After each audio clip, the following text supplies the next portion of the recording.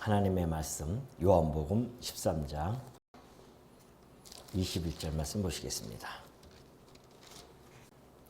요한복음 13장 21절입니다.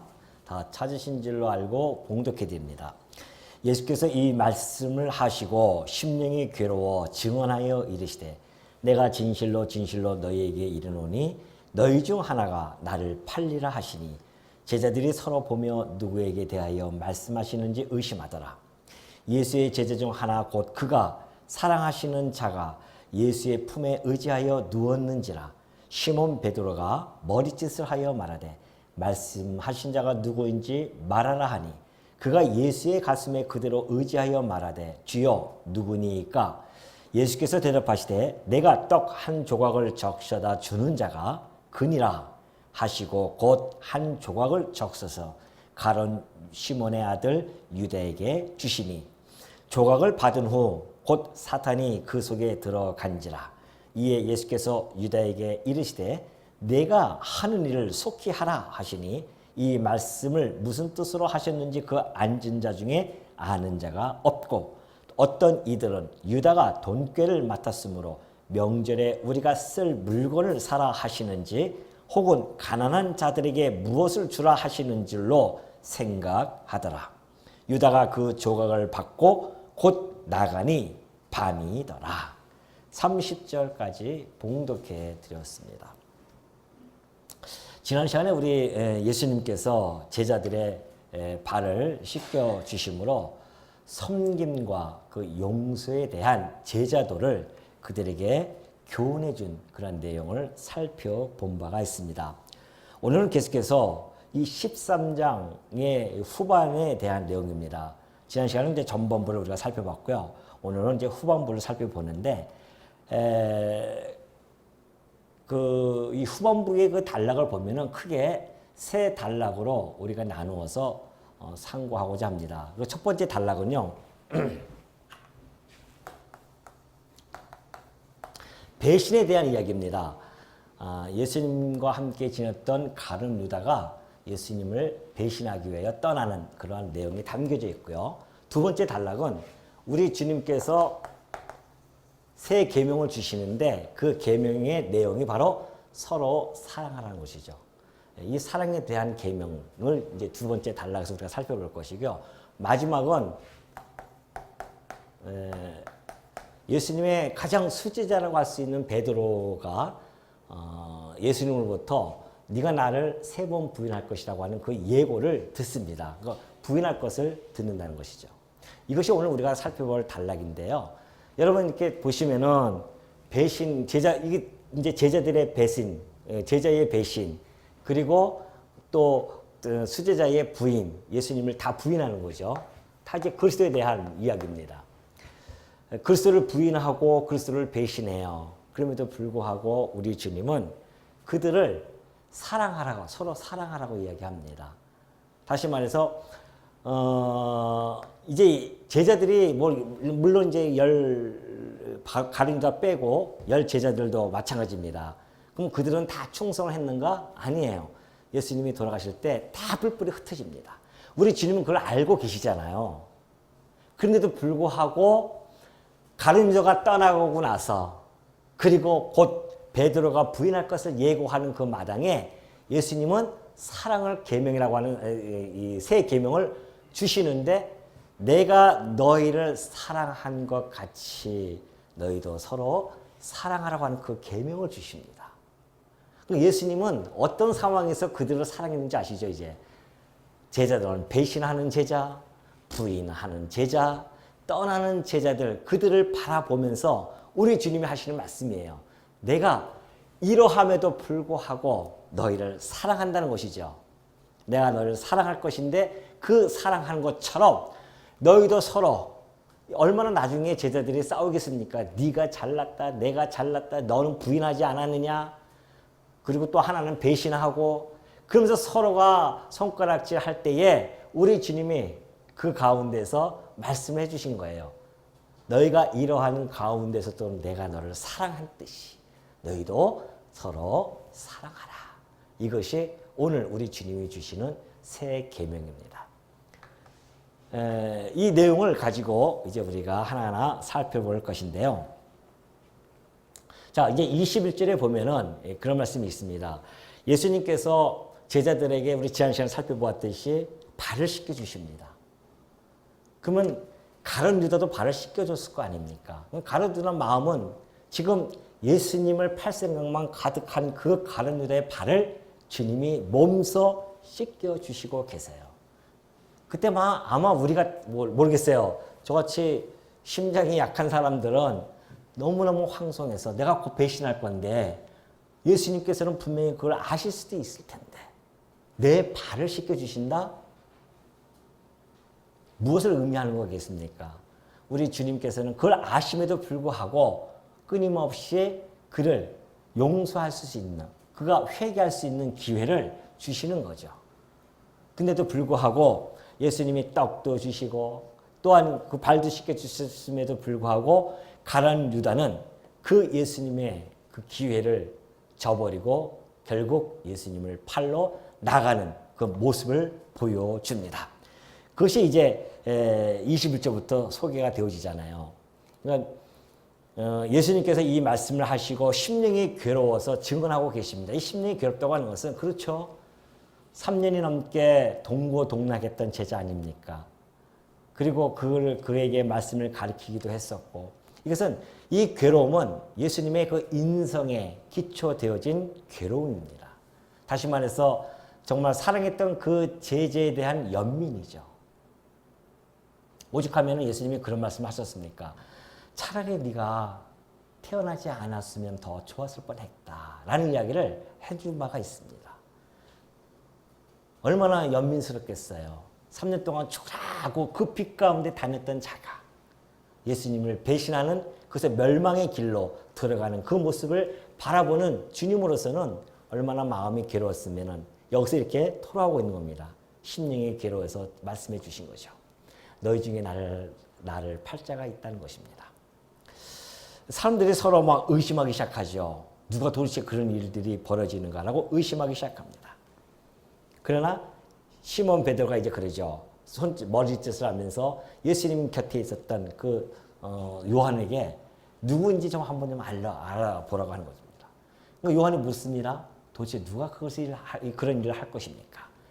예수님이 내가 떡을 주는 자가 그 일을 할 것이다 하면서 떡을 떼서 가룟 유다에게 주죠. 오늘 내용이 바로 그런 내용입니다. 그리고 가룟 유다는 그 떡을 먹고 곧바로 그를 떠나서 멸망의 길로 들어가는 것이죠. 자, 이제 가룟 유다가요.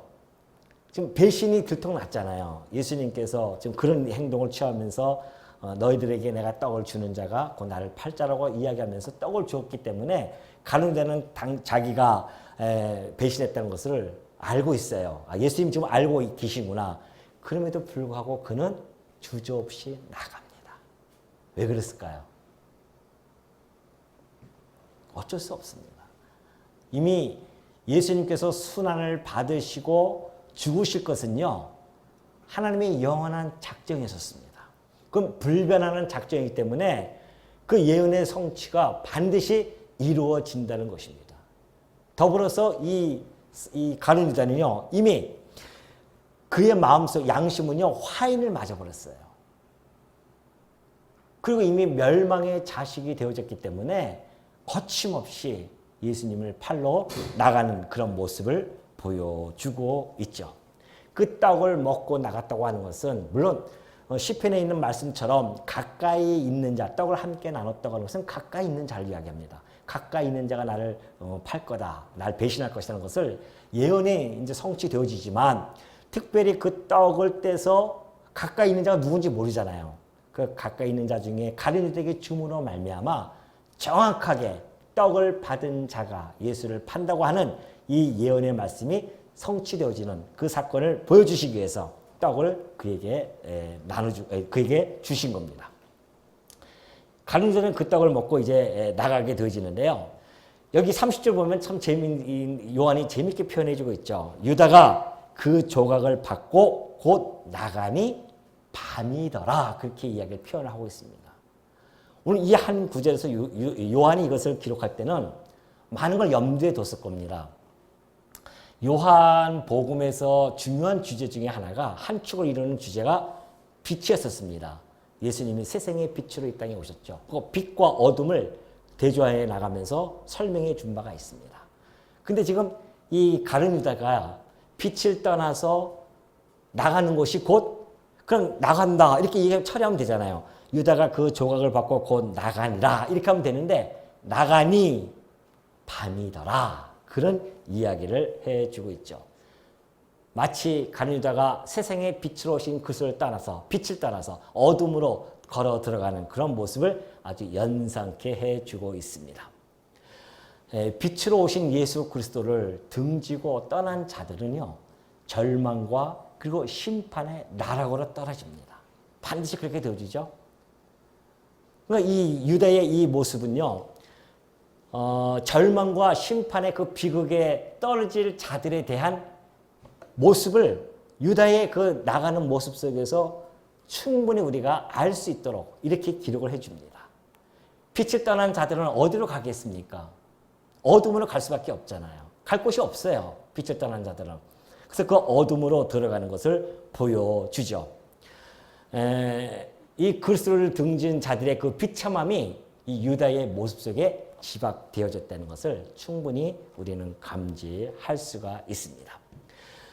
일찍이 욥기서에 보면요. 욥기서 24장 13절에 보니까 또 광명을 배반하는 사람들은 이러하니 그들은 그 도리를 알지 못하며 그 길에 머물지 아니하는지라 하래요. 욥이 하는 이야기인데 일찍이 그 빛이요. 광명은 빛이 아닙니까? 그 빛을 배반하는 사람들의 모습을 잘 그려내고 있습니다. 그들은 도리를 알지 못합니다. 바른 길을 알지를 못한다는 것이죠. 무엇을 바른 일을 해야 하는 것을 알지를 못해요. 뿐만 아니라 그 길에 머물지도 못합니다. 떠나와요. 그 길을. 빛을 떠나 배신하는 자들은 그 빛의 길에서 떠날 수밖에 없는 거죠. 우리 주님이 요한복음에서 얘기해 주었듯이 어둠에 다니는 자는요. 그 길을 알지 못한다고 했습니다. 빛을 떠난 자들 그 길을 몰라요. 가룟 유다 보십시오. 지금 세상의 빛으로 오신 그리스도를 떠났어요. 그리고 그가 떠났는데 그 밤에 시면에 그 밤 속으로 그 밤의 시면으로 지금 막 들어가고 있지 않습니까? 자기가 가는 길을 몰라요. 멸망의 길을 모른단 말입니다. 그는 곧 자기가 스스로 자결할 것도 모르고 예수님을 배반하고 떠나서 그는 그 어둠으로 들어가는 모습을 잘 보여주고 있죠. 누구든지 그렇습니다. 이 세상 많은 사람들이 빛을 떠나서 어둠의 길에 지금 가고 있습니다. 그럼에도 불구하고요. 그 어둠의 길이 무슨 길인지를 모르고 가고 있잖아요. 그 끝은 절망과 심판의 나락으로 떨어진다는 것을 그들은 알지 못하고 그 길을 들어가고 있는 중이에요.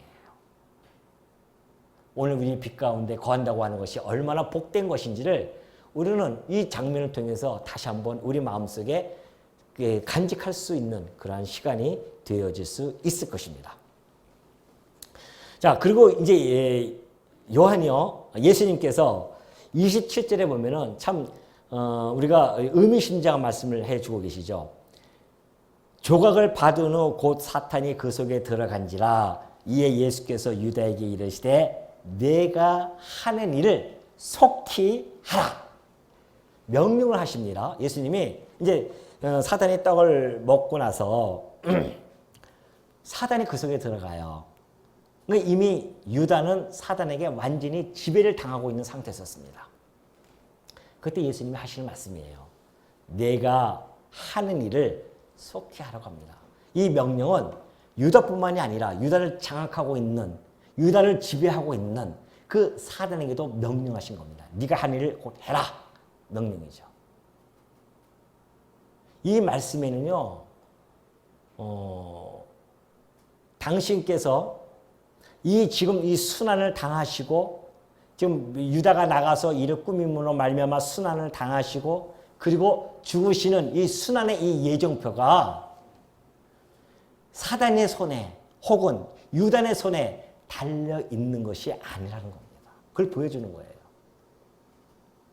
다시 말해서 모든 만물과 만세의 주권자가 바로 난데 이 순환과 죽음조차도 당신의 이 상황 되어지는 순환과 죽음의 이 상황 자체도요, 우리 주님의 장중에 장악되어진 그러한 사건들이라는 겁니다.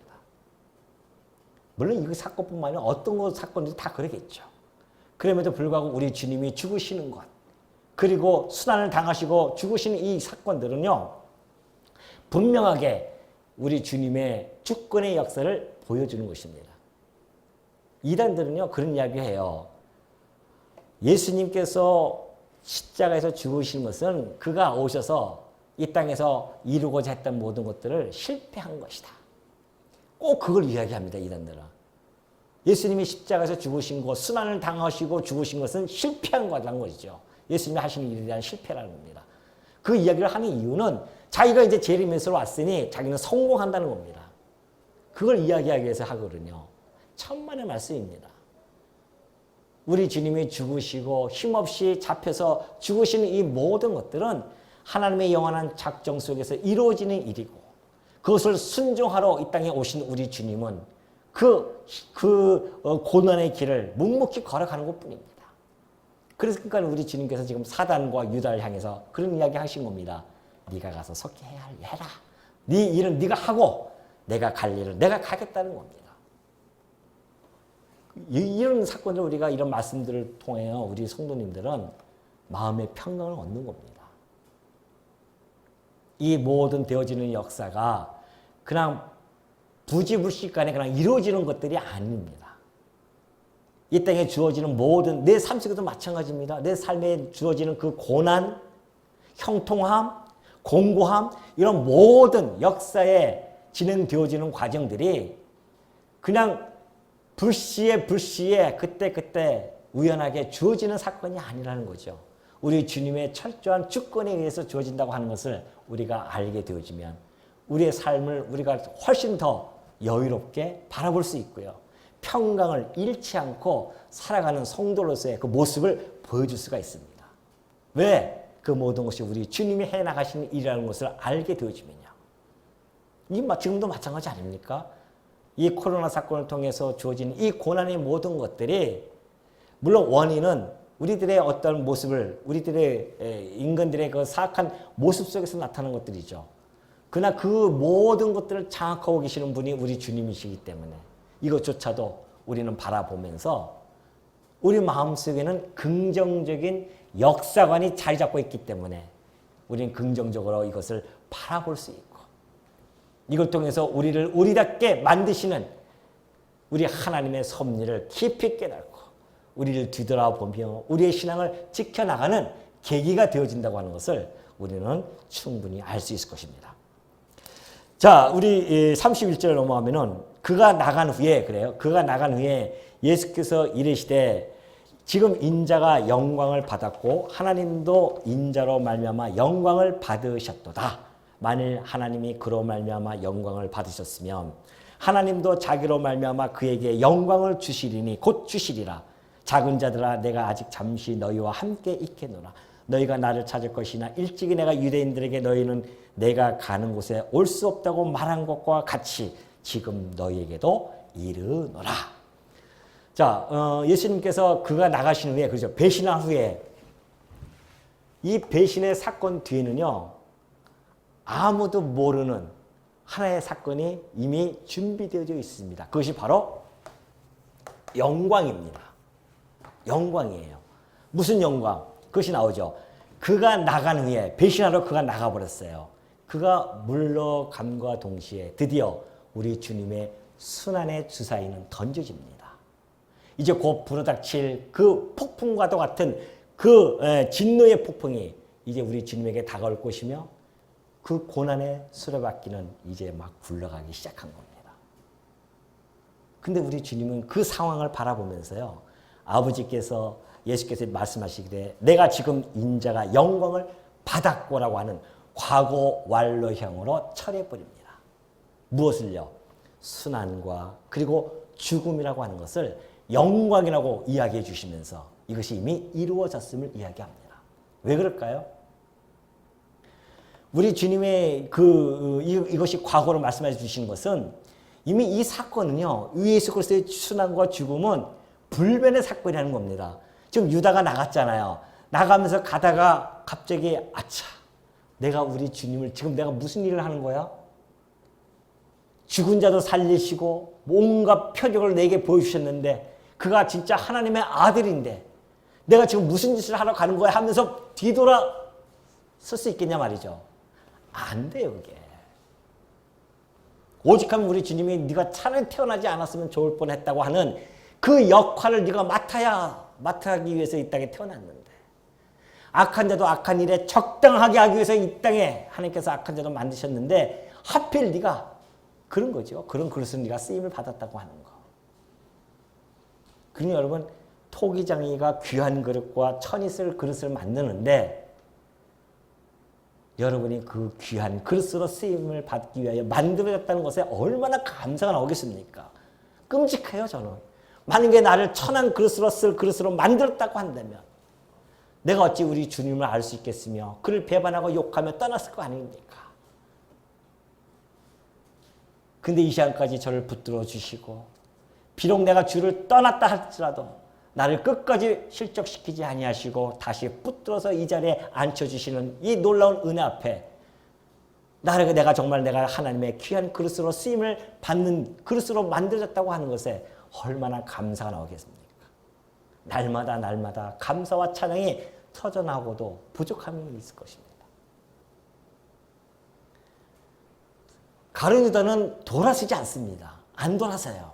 그걸 우리 주님은 아십니다. 이미 이것은 하나님의 영원한 작정 안에 들어가 있는 사건이기 때문에 반드시 이것은 이루어진다는 것이죠. 그래서 우리 주님은 이것을 과거 완료형으로 처리를 한 겁니다. 내가 인자가 이미 영광을 받았다는 것이죠.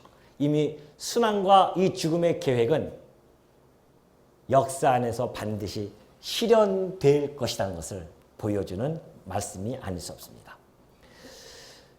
그러니까 예수님께서 그래요. 하나님도 인자로 말미암아 영광을 받으셨도다 그래요. 영광을 받으셨도다. 그런 말씀을 해주시죠. 자, 왜 예수 그리스도의 순환과 죽음이 제자의 배신으로 말미암아 주어지는 그 순환과 죽음이 왜 그리스도에게는 영광이고 또 그의 아버지인 하나님에게도 영광이 되어질까요? 이 영광이라고 하는 것은 하나님의 이름과 매우 밀접한 연관성을 가지고 있습니다. 왜 그러냐면 하나님 보이지 않잖아요. 하나님 보이시지 아니하는 하나님이 우리 인간들에게 주신 것이 하나 있습니다. 그것이 바로 당신의 이름이었어요. 여호와라는 이름을 주셨어요. 그리고 그 여호와의 이름 안에는 하나님의 그 존재의 영광과 속성의 영광을 그 이름 안에 담아주셨습니다. 그래서 우리는 그 이름을 통하여서 하나님의 존재와 속성의 영광을 확인할 수가 있습니다. 그 이름 안에는 그런 뜻이 의미가 담겨져 있기 때문에 그래요. 그러면 지금 예수님의 죽으심과 예수님의 순환과 죽으심은 이미 하나님의 영원한 언약 속에 이미 작정이 있었고 그걸 하나님은 언약해 주셨습니다. 그 언약을 받들고자 그의 아들 성자 하나님은 이 땅에 육신의 몸을 입고 오셨어요. 아버지의 이름을 가지고 오셨단 말입니다. 구속자, 그 구속해 주시겠다는 그 언약을 이루시기 위해서 구속자 여호와라는 이름을 가지고 이 땅에 오셨어요. 그리고 구속을 이루어 가시는 겁니다. 구속을 이루어 가시려면 그의 순환과 죽음은 필연적입니다. 그 필연의 역사 앞에 우리 주님은 당당히 서서 지금 가는 거죠. 그것이 이루어짐으로 말미암아 구속자 여호와라는 그 예수라는 이름이 영광을 입게 되는 것입니다. 왜? 언약대로 이루어 주셨으니까. 하나님도 마찬가지입니다. 언약대로 그 아들을 보내주셔서 십자가에서 순환당하시고 죽게 하심으로 말미암아 그 약속이 이루어졌기 때문에 우리 주님의 영광, 이름의 영광도 나타나는 것이죠. 그래서 예수님께서 인자로 말미암아 영광을 받으셨도다. 요한복음 17장 4절에 보면 그것이 잘 나타나 있죠. 아버지께서 내게 하라고 주신 일을 내가 이루어 아버지를 이 세상에서 영원롭게 하셨사오니 그러잖아요. 아버지께서 내게 하라고 주신 일을, 이 주신 일이 뭡니까? 순환을 당하고 죽는 일이죠. 그 일을 내가 이루었다. 그래서 아버지를 이 세상에서 영화롭게 하셨다는 겁니다. 이 말씀이 바로 이게 17장에 나오는 이야기인데 지금 이 말씀을 풀어서 나중에 설명해 주시는 겁니다. 그러니까 하나님도 인자로 말미암아 영광을 받으셨다. 그러면서 32절에 만일 하나님이 그로 말미암아 영광을 받으셨으면 하나님도 자기로 말미암아 그에게 영광을 주시리니 곧 주시리라. 하나님께서 인자 아들을 통해서 영광을 받으셨어요. 그 약속대로 이루어 주음으로 말미암아 영광을 받으셨어요. 그렇다고 한다면 하나님도 당신의 그 영광으로 말미암아 아들에게 영광을 주신다는 겁니다. 곧 주실 것이다. 그 영광은 뭘까요? 그 영광은 바로 그리스도의 부활하시고 그리스도께서 부활하시고 그리고 승천하셔서 하나님 보좌 우편에 계시는 겁니다. 바울은 이 말씀을 어떻게 풀어야 쳤는지 아십니까? 우리 빌립보서 2장 8절을 한번 보도록 하겠습니다. 빌립보서 2장 8절 보면 그래요. 사람의 모양으로 나타나사 자기를 낮추시고 죽기까지 복종하셨으니 이것이 아까 그 얘기입니다. 그 십자가의 죽으심이라 이러므로 하나님이 그를 지극히 높여 그 죽으셨던 그 복종하셔서 복종하기까지 죽으셨던 우리 주님 그 주님을 살리신다는 이야기죠. 그를 지극히 높여서 모든 이름 위에 뛰어난 이름을 주사 하늘에 있는 자들과 땅에 있는 자들과 땅 아래에 있는 자들로 모든 무릎을 예수의 이름에 꿇게 하십니다. 모든 만물을 그리스도 앞에 다 무릎을 꿇게 하십니다. 그리고 모든 입으로 예수 그리스도를 주라 시인하여 하나님 아버지께 영광을 돌리게 하셨느니라.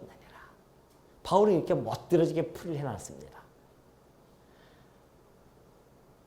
하나님도 자기로 말미암아 그에게 영광을 주시리니 곧 주실 것입니다. 나에게 그 영광을 진짜 주셨어요. 모든 만물을 그 앞에 무릎 꿇게 하시고 예수 그리스도를 주라고 시인할 수 있도록 그렇게 해주셨단 말입니다. 이걸 스데반이 정확하게 목도합니다. 언제 합니까? 스데반 맞아 죽기 전에요. 막 맞아 죽을 때에 하늘을 보니까 하나님의 영광과 그리고 예수님께서 그 하나님 보좌 우편에서 서신 것을 본 거예요. 그러면서 그리스도의 그 음성을 듣습니다. 이기는 자는 내 보좌에 함께 앉게 해주겠다는 겁니다. 어떻게 해요? 내가 이겨서 하나님 보좌의 우편에 있는 것처럼 너희들도 이기면 그 보좌에 앉게 해주겠다. 물론 사도행전은 그 내용은 안 나오지만 요한계시록에 나오는 그 내용이지만 저는 스데반이 그 음성을 들었을 것 같아요. 보면서 우리 주님 바라보시면서 스데반을 바라보시면서 이기는 자는 내 보좌에 함께 앉게 해주겠다는 그 음성이 스데반에게 들렸단 말입니다. 스데반은 뭐라고 했을까요? 스데반은 바로 예수님이 뒤에서 이야기하는 것처럼 내가 너희를 사랑한 것처럼 너희도 서로 사랑하였던 그 말씀에 지켜지는 놀라운 힘을 발휘합니다. 어떻게 해요? 주여 저들의 죄를 저들에게 돌리지 마옵소서. 우리 주님이 하셨던 것처럼 스데반도 그렇게 하면서 죽어갑니다. 어떻게 이렇게 할 수 있겠습니까? 주님의 이 계명을 어떻게 지킬 수 있겠어요? 거기서 우리 힌트를 얻는 겁니다. 이제 곧 다음 이제 나오겠지만은 우리 주님이 했던 것처럼 우리 그 길을 갈 수 있는 것은 우리 주님이 보여주셨어요. 그걸 그 영광을 보여주셨단 말입니다. 그래서 스데반은 그 모습 속에서 그 모습을 그리스도의 모습을 보고 그는 곧바로 그런 예수님의 뒤를 따르는 모습을 보여주죠. 그러면서 이제 34절 넘어갑니다. 새 계명을 너희에게 주노니 그 영광을 기억해 주시기 바랍니다. 예수님의 그 영광, 하나님께서 주시는 그 아들에게 주시는 그 영광을 연관되어져서 우리 지금 말씀해 주고 계시죠. 새 계명을 너희에게 주노니 서로 사랑하라. 내가 너희를 사랑한 것 같이 너희도 서로 사랑하라. 너희가 서로 사랑하면 이로써 모든 사람이 너희가 내 제자인 줄을 알리라. 자, 예수님께서 새 계명을 주시는데요. 새 계명의 내용이요. 가만히 보니까 어디서 많이 듣던 내용이에요. 레위기를 한번 넘어가 보도록 하겠습니다. 레위기 19장 18절 내용입니다.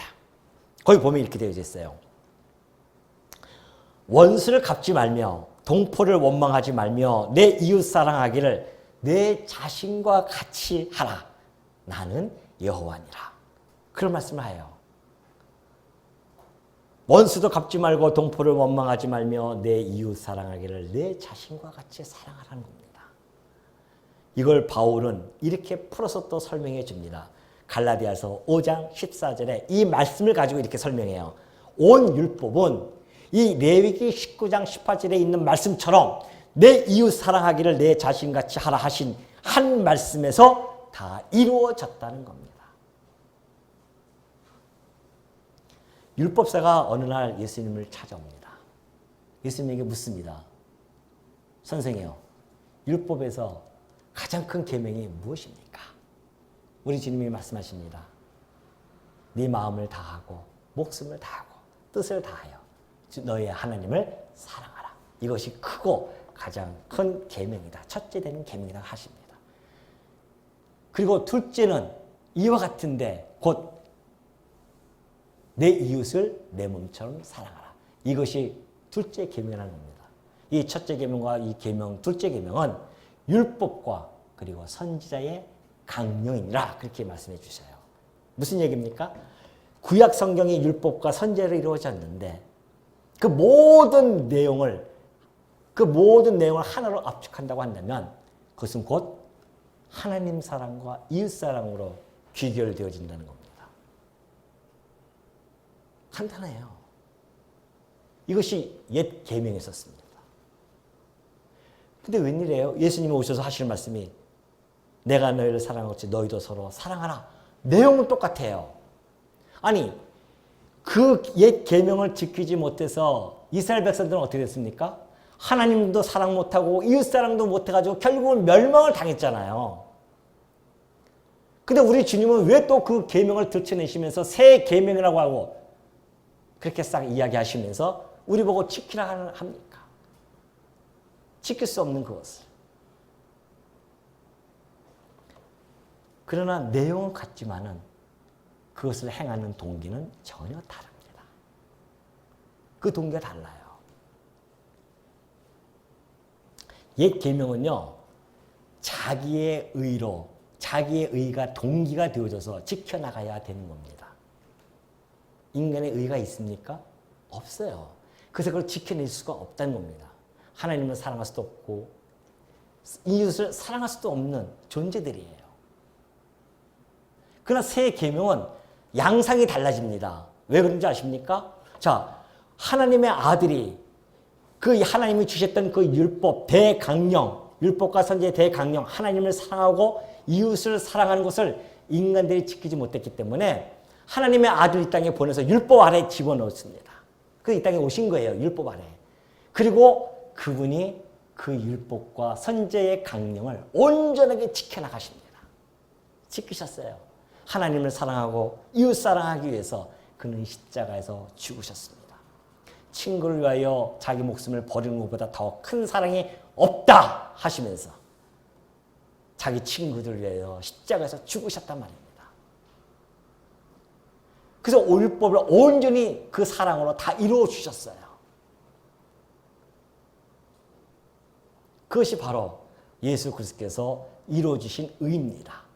그를 예수 그리스도를 믿는 자마다 구원해 주시는 그의 의로 말미암아 구원해 주셨어요. 그렇다고 한다면 새 계명은 우리 주님 말씀해 주었듯이 내가 너희를 사랑한 것 같이 이게 선지가 나오는 겁니다.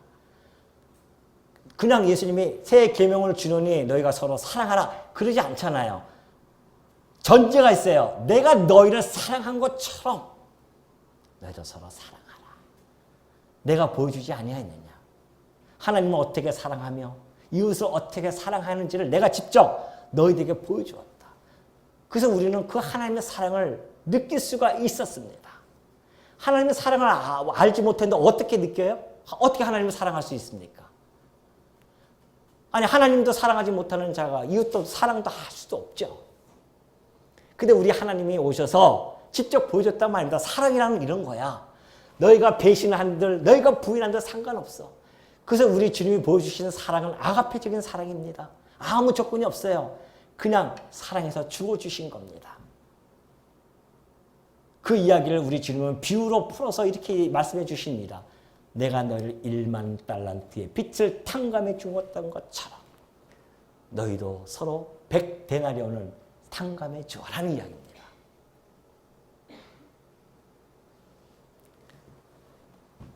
설사 우리 주님이 이렇게 이야기했다고 하더라도 우리가 어떻게 이것도 지킬 수 있겠습니까? 네? 이 말씀 들을 때 주님이 사랑하신 것처럼 우리가 죽어야겠다 이렇게 얘기할 수 있겠어요? 우리가? 안 된단 말입니다. 그것도. 그래서 우리 주님은 안전장치를 이미 다 해놓으셨어요. 지킬 수 있도록. 어떻게 해요?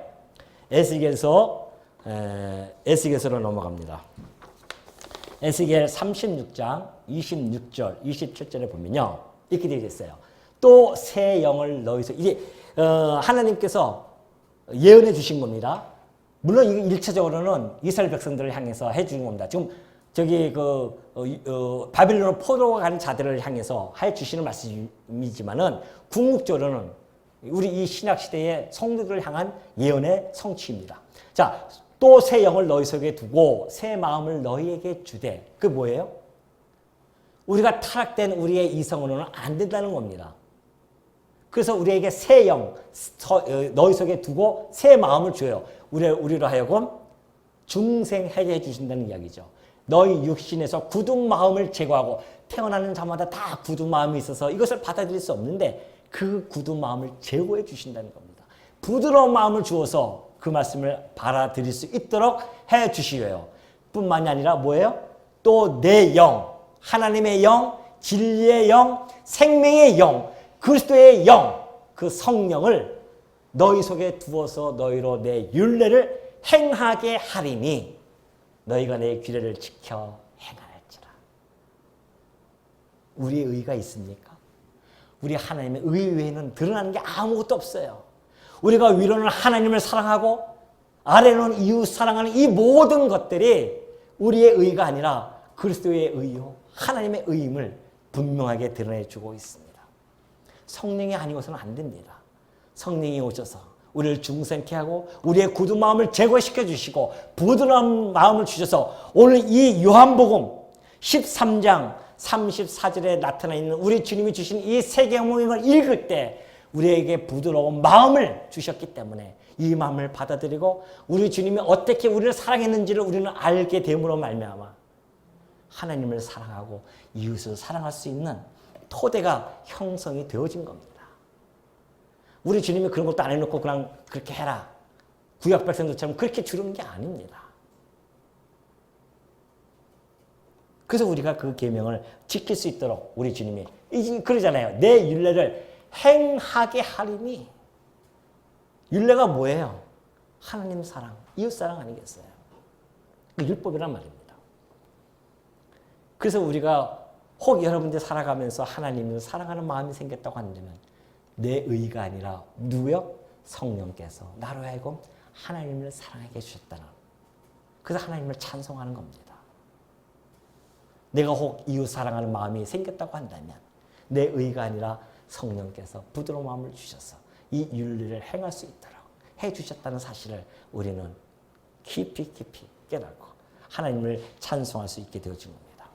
그러니 여러분, 예수님께서 지금 이제 돌아가시면서 부인하고 배신하는 그 제자들 앞에서 너희가 서로 사랑해라. 그 말씀은 우리 성도들은요, 첫 아담의 혈통들이 아니잖아요. 둘째 아담의 혈통으로 맺어진 형제들입니다. 그리스도의 이 혈맥을 통하여 세워진 그러한 교회입니다. 그러니 형제와 우리 이 성도 안에서의 사랑은 이루 말할 수가 없는 거죠. 그럼 어떻게 그 그리스도의 사랑의 법을 지켜나가겠냐 말이죠. 어떻게 이루어지겠어요? 그것이 바로 갈라디아서 6장 2절에 잘 설명해 줍니다. 예수님 주시는 그 세 명, 내가 너희를 사랑한 것처럼 너희도 서로 사랑하라고 했는데 주님은 나를 어떻게 사랑하셨습니까? 그것이 나타나는데 너희가 짐을 서로 지라 그리하여 그리스도의 법을 성취하라는 겁니다. 그리스도의 법이 사랑의 법인데 그걸 성취하는 방법은 서로 짐을 져주는 겁니다. 그 전에 먼저 우리가 알아야 할 것은 예수님께서 내가 너희를 사랑한 것처럼이라고 그렇게 말씀하셨어요. 어떻게 해주셨습니까? 주님이 우리를 어떻게 사랑했어요? 십자가에서 죽으신 것처럼. 십자가에서 죽으신 것처럼 뭐예요? 희생 제물이 되어진 것처럼. 누굴 위해서 희생을 하셨습니까? 나를 위해서 희생하신 것처럼. 그러므로 그리스도의 사랑은 희생입니다.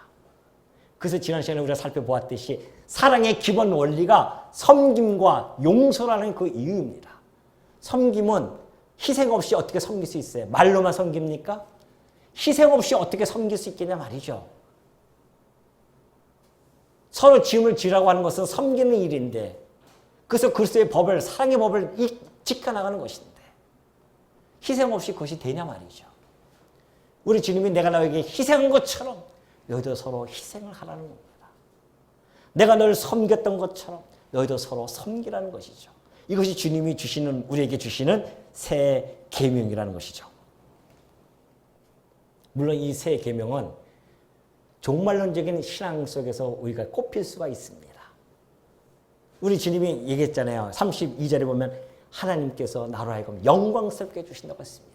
그래서 마침내 그는 승귀의 신분이 되어져서 영광스러운 모습으로 우리들에게 비춰졌습니다. 그 영광스러움은 곧 우리가 취할 영광과 같습니다. 그리스도의 보좌에 함께 앉을 그 영광이란 말이죠. 그 내세의 영광을 바라보는 자는 현세에 있어서 세상의 것 가지고 희생할 수 있는 힘과 용기가 생깁니다. 내세의 영광이 없는데 이 세상의 것이 얼마나 달콤하고 얼마나 좋은 건데 그걸 함부로 내던지면서 그걸 초계처럼 내던지면서 희생할 수 있겠어요? 아무도 못해요. 그거는. 성도에게 있어서 내세의 영광을 바라보았기 때문에 희생할 수 있습니다. 아까 스데반 그 얘기예요. 주의 영광을 바라봤기 때문에 그 자리에 자기가 가는 것을 알고 있었기 때문에 가감없이 자기의 생명을 초계처럼 버린단 말입니다. 이것이 그리스도의 사랑입니다. 그리스도의 능력이고 그리스도의 사랑의 힘이라고 하는 것이죠. 죽음의 문턱에 섰을 때에 우리는 우리의 생명을 양보할 수 있겠습니까? 여러분 양보할 수 있겠어요? 만약에 내세의 영광을 바라보지 못한다고 한다면 친구를 위하여 내 목숨을 던질 수 있는 자는 아무도 없습니다. 그러나 성도에 그나마 그것이 가능할 수 있는 것은 그 그리스도의 영광, 내세의 영광이 있기 때문에 그래요. 여러분 타이타닉 보셨죠? 타이타닉 영화. 무엇이 제일 생각이 납니까? 두 남녀의 아름다운 사랑이 두 남녀가 바다에 떨어지면서 그 남자가 손을 탁 넣으면서 밑으로 쫙 가라는 그 장면이 생각나십니까? 저는 그 영화 중에서 가장 장면이 생각나고 그 장면이 생각나는 것이 하나 있었습니다. 그것은 배가 막 침몰하는 중이에요. 구명보트는 모자릅니다. 사람들이 막 죽어갑니다. 그 구명보트에 타려고 아기락침이 일어납니다. 그때 어디서 아름다운 선율이 찬송과 연주가 되어집니다. 그 배에서 연주했던 자들이었어요. 그들이 몇 명이 둘러서서 바이올린을 킵니다. 내 주를 가까이 하려 함은 그 찬송가가 은율이 쫙 퍼져나오는데 저는 그걸 보면서 얼마나 전율이 오르는지. 물론 그것은 하나의 영화의 연출로서 장면이겠죠. 실제로 그런 일이 있었는지 모르겠어요. 하나의 연출인다 할지라도 그 연출 장면만 보더라도 어떻게 그들은 자기의 목숨을 남에게 양보하면서 그 찬송가를 부를 수 있었냐 말이죠. 연주할 수 있겠냐 말이죠. 뭐가 없었습니다. 넷에 대한 영광이 그들에게 없었다고 한다면 어찌 그렇게 자기 목숨을 초계처럼 버릴 수 있겠느냐 말이죠. 오늘 우리 주님께서 당신의 영광을 보여주시고 내가 너희를 사랑한 것처럼 너희도 서로 사랑하라 했던 이 말씀 속에서 정말 우리가 우리 주님이 주신 이 계명을 우리가 어떻게 지켜나가야 되는지를 다시 한번 곰곰이 생각할 수 있는 그러한 시간이 아닐 수 없는 거죠. 우리 주님이 보여주시는 사랑은 결코 인도주의적인 사랑이 아닙니다. 휴머니즘이 바탕되어진 사랑이 아닙니다. 그리스도 안에서 그 믿음 안에서 주어지는 내세의 영광을 바라보면서 그리스도의 사랑을 느낀 우리들이 펼쳐질 사랑이라는 것을 여러분 마음속에 꼭 담아주시기 바랍니다. 자, 36절입니다. 시몬 베드로가 이르되 주여 어디로 가시나이까? 예수께서 대답하시되 내가 가는 곳에 내가 지금은 따라올 수 없으나 후에는 따라오리라. 베드로가 이르되 주여 내가 지금은 어찌하여 따라갈 수 없나이까? 주를 위하여 내 목숨을 버리겠나이다. 예수께서 대답하시되 네가 나를 위하여 내 목숨을 버리겠느냐? 내가 진실로 진실로 네게 이르노니 닭 울기 전에 내가 3번 나를 부인하리라. 베드로는요, 주님이 가신다는 그 길을 자기도 가겠다고 합니다. 예수님은 따라올 수 없다 지금은. 그러나 후에는 네가 따라올 것이야. 정말 그 말씀대로 예수님이 요한복음 21장 가면 그래요. 베드로에게 그런 말씀하십니다. 네가 늙어서는 내 팔을 벌려서 네가 원치 않는 남이 내게 띠띠우고 원하지 않는 곳으로 너를 데려갈 것이라고 그렇게 이야기를 해주셨죠. 말씀해 주셨습니다. 그 베드로는 나중에 십자가에 전승에 의하면 십자가에 달려 죽을 때 거꾸로 달려 죽었다고 하는 그런 전승이 있지 않습니까? 물론 주님은 그걸 알고 계시죠. 그럼에도 불구하고 너는 지금은 따라올 수 없지만 나중에 따라올 것이다. 그러니까 베드로가 나는 주님을 위해 목숨을 걸 수 있습니다. 이 용기는요, 혈기에 의한 용기입니다. 육적인 용기예요. 육체에 의한 용기입니다. 이 용기는 언제든지 변할 수밖에 없는 한계가 있습니다. 이 혈기에 기반한 용기가 얼마나 취약한지를 우리 주님은 이 베드로를 통해서 우리는 충분히 알 수가 있죠. 그러나 베드로는 나중에요, 신앙의 용장이 되지 않습니까? 뭘 보고? 그리스도의 영광을 보고 그가 승귀의 신분으로 영광의 모습을 바라보면서 자기가 내세의 영광을 그도 바라볼 것을 바라보면서요, 신앙의 용장이 되어지고 그의 죽음도 역시 자기 목숨도 초기처럼 버렸음을 우리는 잘 알고 있죠. 베드로가 예수님께서 말씀하십니다. 닭 울기 전에 네가 나를 3번 부인할 것이다. 어떻게 보면 이걸 참 부정적으로 보여줄 수 있습니다. 어찌 네가 그럴 수가 있느냐? 결코 그렇지 않습니다. 베드로에게 나타났던 이 모습은 예수님을 3번이나 부인했던 것은 훗날 그에게는 예수님을 사랑하고 겸손으로 허리를 동이는 데 있어서 자양분으로서 그 역할을 톡톡히 해냅니다. 그는 겸허할 수가 없었습니다. 항상 평생에 그는 이 사건이 트라우마로 남습니다. 예수님을 배반했던 그 모습을 자기는 바라보면서 오로지 겸손으로 유대인의 사도로서의 그 역할을 충실히 감당하는 걸 볼 수 있죠. 우리의 이 삶이라는 건 그런 겁니다. 우리의 삶이라고 하는 것은 공부할 때도 있고 형통할 때도 있습니다. 그런 삶을 통해서 그것이 다 우리에게 긍정적으로 받아들이는 것은 그 모든 것들이 주님을 찬송하는, 찬양하는 그러한 역할로 과정적으로 주어지는 것이기 때문에 그렇다는 것이죠. 오늘 우리 주님이 주시는 이 새 계명, 혹시 여러분들은 아이고 이걸 어떻게 지켜? 우리가 지킵니까? 어떻게 우리가 지킬 수 있겠습니까? 우리 주님이 지킬 수 있는 모든 장치를 다 해놓으시고 그리고 그 동기마저도 우리에게 주심으로 말미암아 그리스도의 힘으로, 성령의 힘으로 우리가 주님의 뒤를 뒤쫓아 갈 수 있다는 것. 그래서 우리가 드디어 그리스도의 법을 성취하는 성도로서 살아간다고 하는 것.